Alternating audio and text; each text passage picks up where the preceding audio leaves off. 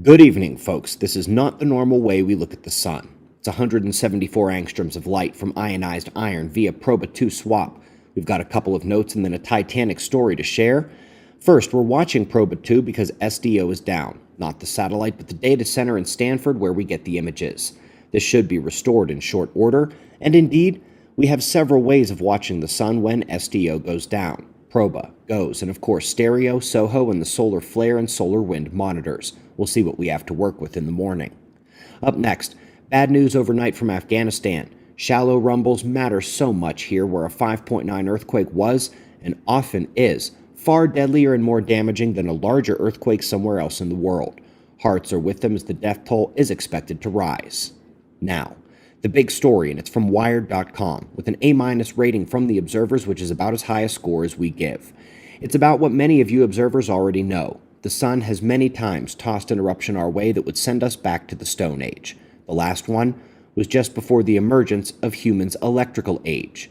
The article interviewed Dr. McIntosh from Colorado about his work with Dr. Dick Potty, who was slated to be at our 2020 Observers Conference before COVID canceled it. Out of the gate, we stand with Dr. McIntosh in that so much of what they say about the sun is just made-up physics. The nuclear furnace, why sunspots appear where they do, why the sun's polarity flips every 11 years.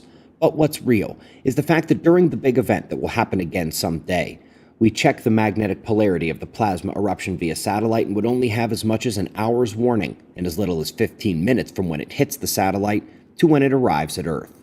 That big one will take out every circuit board and will instantly cause satellites to fail and every airplane in the sky to attempt a no radio, no GPS, old school by the eyes landing. While every transformer on the ground is vulnerable, it only takes 9 lost in the right place to take out power to the entire United States, and they estimate hundreds would fail in that scenario. You've heard this next bit before. What comes next? No power, no heat, no air conditioning, no phone, no refrigeration, no gas, no ATM, and no water. If the sun hits us big time, we could see 1 billion or more people die worldwide, and that is before you consider what would happen to the nuclear plants, which are even more vulnerable than this article states.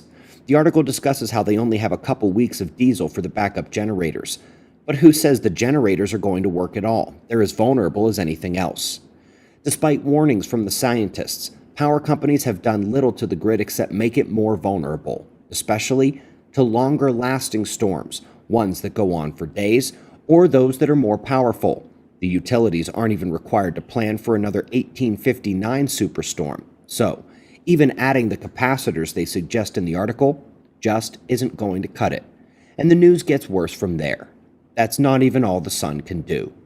Since those government reports about the 1859 superstorm, we have learned and confirmed the superflare potential of our star.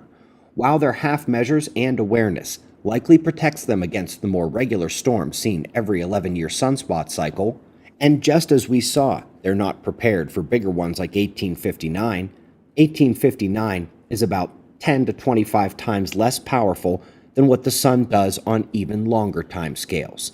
Furthermore, none of this horrible news takes into account that Earth is more vulnerable by the day.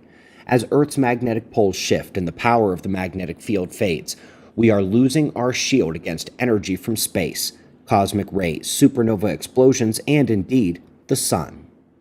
The takeaway is this. The sun does this regularly on geophysical timescales. Every 150 years or so, we take one of those blasts, and we're due again right now. Maybe this cycle, maybe the next one. We have been lucky not to have one in the electrical age thus far, but that luck will run out. And with the weakening magnetic field of Earth, we are in big trouble.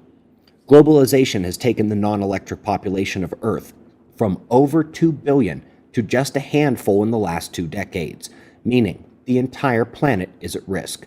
We are due for the sun's judgment, and the only defense we have is disappearing. This is why we do what we do. And I'll see you in the morning for the daily update.